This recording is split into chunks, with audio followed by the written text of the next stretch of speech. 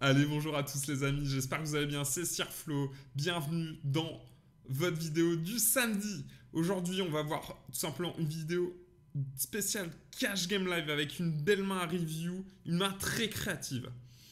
Juste avant de commencer, n'hésitez pas à vous abonner à la chaîne et à poser votre jeune like des familles. Allez, allez-y le mettre. Et on va se retrouver directement sur la main que j'ai à vous proposer. Et c'est la main préférée de Jean-Michel Sirflo, hein, vous connaissez Valet 7. Et oui, c'est ma main préférée. Parce que quand j'étais à Vegas, en fait, je l'avais vu plein de fois. Alors, c'est pas une main qui a été jouée par moi. C'est une main qui a été jouée par un très bon joueur qui joue 5-10. Et là, c'est 20. 5-10-20. C'est déjà quasiment les stacks les plus hautes à Vegas, en fait. Hein, 5-10-20. En partie qui tourne régulière. Alors, je vous annonce juste avant, si tu n'es pas prêt à avoir de la créativité, si tu es là juste venu au poker pour jouer 2 as de roi, as roi, as dame, paire de valet, paire de 10, paire de dame, tu peux partir. Ici, on est sur une main qui est jouée par un très bon joueur, dont je fais entièrement confiance dans ses plays. Ça ne veut pas dire que des fois il fait pas de la merde, mais en tout cas, c'est un très bon joueur. Il sait ce qu'il fait. Donc ne venez pas me dire dans les commentaires, il a fait de la merde. Je vous invite vraiment à vous ouvrir l'esprit sur cette main-là. C'est un joueur qui est très bien roulé. Donc il décide de limper 20 OSB. Pourquoi? Parce que c'est tout simplement une Mississippi Straddle. Donc ce sera le bouton qui aura l'action à faire en dernier pré-flop. Donc il décide de limp, why not, hein, parce qu'en fait ça peut faire limp, fold ou call et check. Avec Valet 7 qui est une main assez connectée, ça va, c'est pas fou, mais à 4 joueurs ça va en fait. Évidemment, si on était sur une Mississippi Straddle à 8 joueurs ou à 7 joueurs ou même à 6 joueurs, on aurait fold, hein, évidemment. Donc là, ça fait fold, donc ce qui appuie encore le fait que c'est bien joué de limper.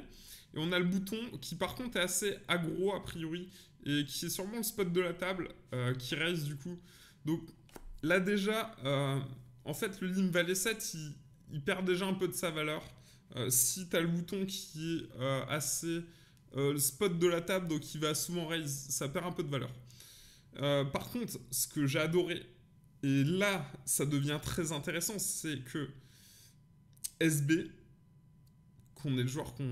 c'est le joueur qu'on suit, a décidé de limp raise.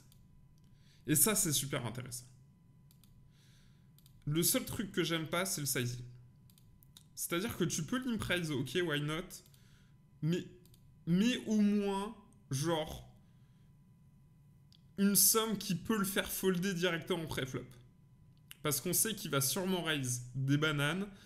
On a envie de le faire fold directement pré-flop, hein, c'est ça le but ici quand on limp raise. Et on gagne 100 euros, hein, concrètement, bah voilà, sans rien faire. Face à un joueur qui est assez aggro, qui va souvent fold au final si genre on met 300. Donc, mets un levier psychologique avec une grosse somme, genre 300. 300, ça fait quoi ça fait un 4x hors de position. Tu peux même monter à 320, quoi, c'est pas interdit. Donc là, pas assez cher, je pense. Et du coup, bouton call, parce que c'est pas cher en fait. T'as fait un 3x hors de position. Moi, je call avec any to card, vu comment on est deep. On est grosso modo 150 blindes deep, vu qu'on est en 5-10. Voilà. Donc il faut call avec any to card quasiment. Ok, on trouve un flop qui est intéressant avec une gutshot, un backdoor flush. On a le droit d'avoir 2 as, on a le droit d'avoir 2 10, même si on a quand même moins de 10 que 2 as, hein, clairement. Paire de 8, on n'aurait pas limpé, je pense qu'on aurait raise. Paire de 10 aussi, on aurait raise en vrai, donc on a 2 as, on a des as roi, des as dame aussi, qu'on aurait pu jouer comme ça, totalement. Puisqu'en fait, on va profiter du fait que bouton va raise souvent, pré-flop, pour tout simplement jouer as roi comme ça, as roi, as dame. Ça me choquerait pas du tout.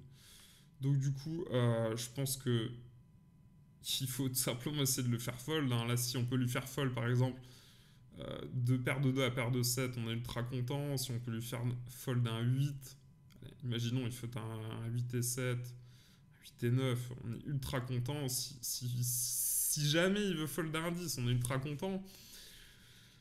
Ici, le sizing pour le faire fold, je pense qu'un 8 ou un 10, faut minimum du minimum à faire un bon 2 tiers pot. Là, on va être un petit peu en mode bourrin, hein, clairement. Donc, ouais, je serais plutôt parti pour un 310. Hein. Donc là, Steven décide de faire 150.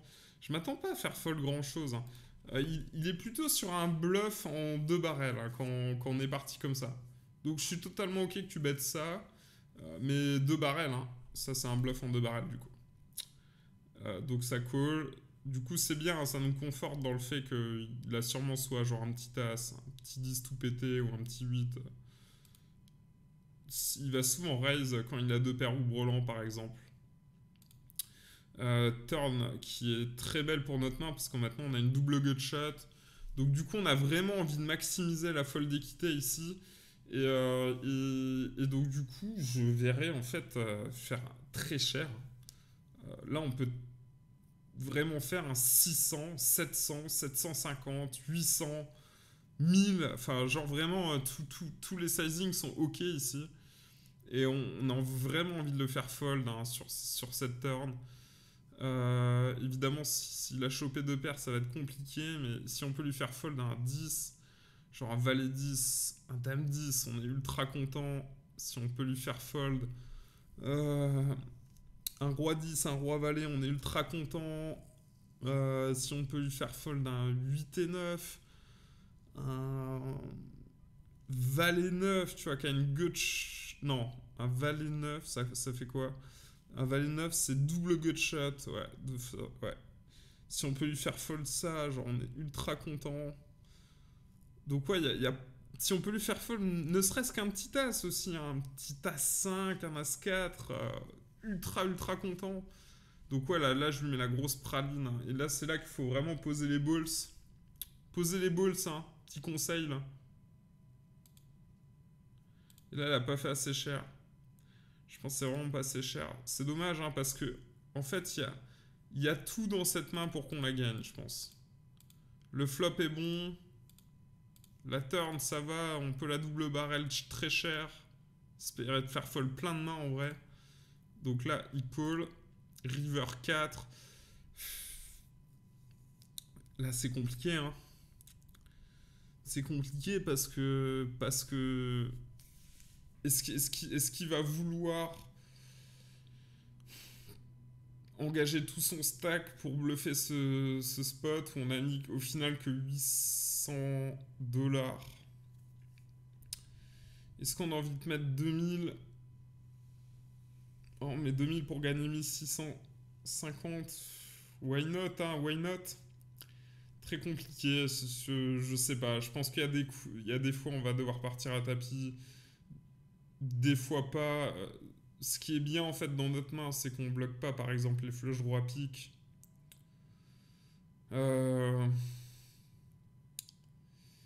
Mais bon. c'est pas fou, on a un bloqueur sur les quintes aussi. Mais bon, honnêtement, ça change rien. Ça change rien. Compliqué, hein. Compliqué. Je pense que la majorité du temps, je vais check fold en live. À moins que j'ai vu un tel de faiblesse chez mon adversaire et je vais en profiter pour shove ce spot. Il va falloir utiliser les tels hein, la plupart du temps. Comment il se comporte face à notre réflexion? Est-ce qu'il va bouger ou pas? Est-ce qu'il va faire des actions avec les mains? Enfin, ouais. Je pense que c'est un bet que je vais très... En fait, techniquement, je vais vraiment avoir du mal à savoir s'il faut bet ou pas. Ce genre de spot. En live. C'est pas évident hein, qu'il faille bluffer ces spots. Par contre, on a vraiment l'avantage de pouvoir voir ce que fait notre adversaire. Et c'est là où on pourra baser vraiment toute notre réflexion. Donc là, je pense que voilà, s'il monte des tels de faiblesse, je vais shove. S'il monte pas des tels de faiblesse, je vais check fold, hein, tout simplement. C'est ce qu'a fait Steven. C'est ce que feraient les 95% des joueurs de live. Hein. qui sont bons, je pense. Et ici, il montre roi valet off. Et là, on est un petit peu dégoûté, hein, clairement, parce que là, on le faisait fold, hein, si on bêtait à tapis. Il n'y a pas un cas où il fold pas, clairement. Et en fait, si on avait bet plus cher flop, plus cher turn, c'est vraiment un spot où on lui faisait faire fold roi valet, en fait. C'est un peu dommage. Mais bon, c'est pas grave. Écoutez les amis, hein, si vous voulez vous former cash game live, n'hésitez pas à nous rejoindre dans la masterclass. Il y a aussi une conférence de 4 heures qui vous est offerte sous cette vidéo. Donc voilà, je vous invite à soit investir dans la masterclass, soit passer déjà par la petite conférence de 4 heures. Ça vous apprendra déjà beaucoup de choses sur comment savoir bien jouer en casino. Et clairement, c'est les meilleures parties qui existent. Donc ne vous privez pas de ça. C'est complètement débile de se priver de ça. Je vous remercie beaucoup. Je vous dis à la semaine prochaine. Je vous embrasse les amis. Ciao, ciao.